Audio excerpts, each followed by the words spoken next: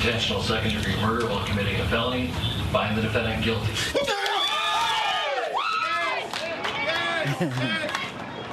Welcome back to CBS This Morning. That's a profound reaction there as lawyers and members of George Floyd's family learned about yesterday's verdict.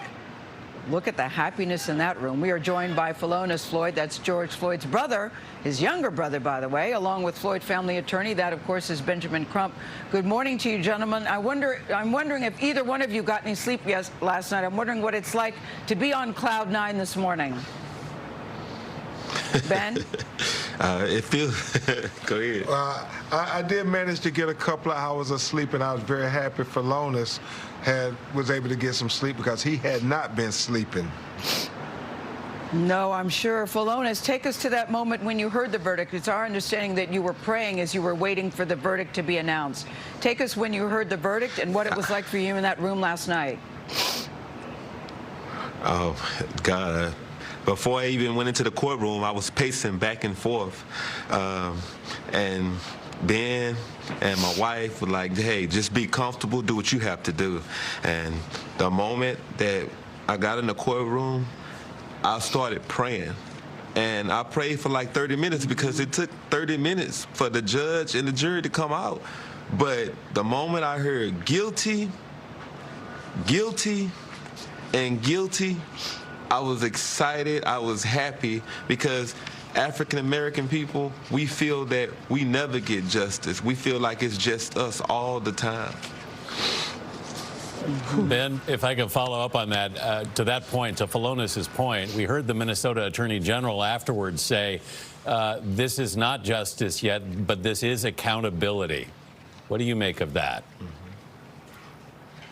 No, I agree completely because Philonise Floyd and the Floyd family have become the comforters and counselors to Daunte Wright's family, who tragically was killed while the Derek Chauvin trial was going on. And when we did the first press conference jointly, his mother, Katie Wright, said that justice would be my son coming back to my front door with that beautiful smile on his face. Exactly. So we can never get justice, but what we could get is accountability. Ben, so much of this trial hinged on the fact that not only do you have that 9 minutes and 30 seconds of videotape, cell phone video, I should say, but the fact that police officers actually testified against one of their own. Moving forward, how do you see that opening up for other officers testifying in future trials, in future cases like this? You know, that was such an unusual moment. It was very powerful to see the police come in and testify against a police officer in their department, something I had never seen in my professional career.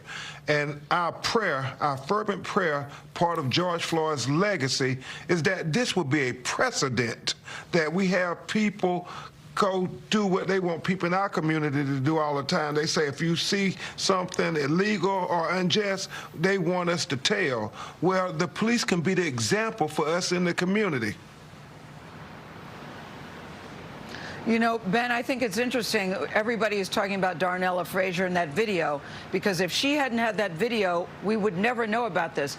I remember you talking about what the initial police report said was very different than what actually happened that day on that street.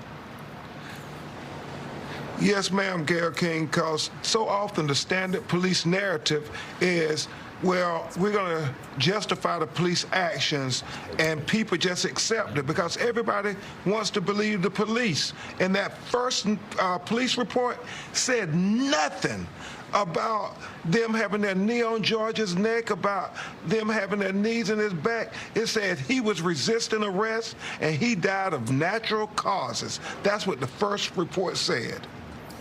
Hey, Philonise, it's Tony Dokoupil. I think I know, looking forward, what the future holds for Ben Crump. He's going to continue working on cases like this one. But for you, you were drafted into this movement by the tragedy that happened to your brother. So I'm curious, does this end now for you as a movement? What will you do next? like I said once before, this is a fraternity that I didn't ask to be in. And unfortunately, you have a lot of families, they need counseling. They need somebody to get out and speak for them because they may not be able to because people be in a lot of pain. Dante Wright, mom, it took her a while. She just sat there and she just cried because she had to process that her son has really been taken away 10 miles from where I was in the courthouse trying to make sure these officers be held accountable. Benjamin Crump, he has taken this case and he will get justice, but justice is not justice for her because she said, justice is my son being able to come home and I'll be able to hug him. But we have to make sure that everybody is held accountable.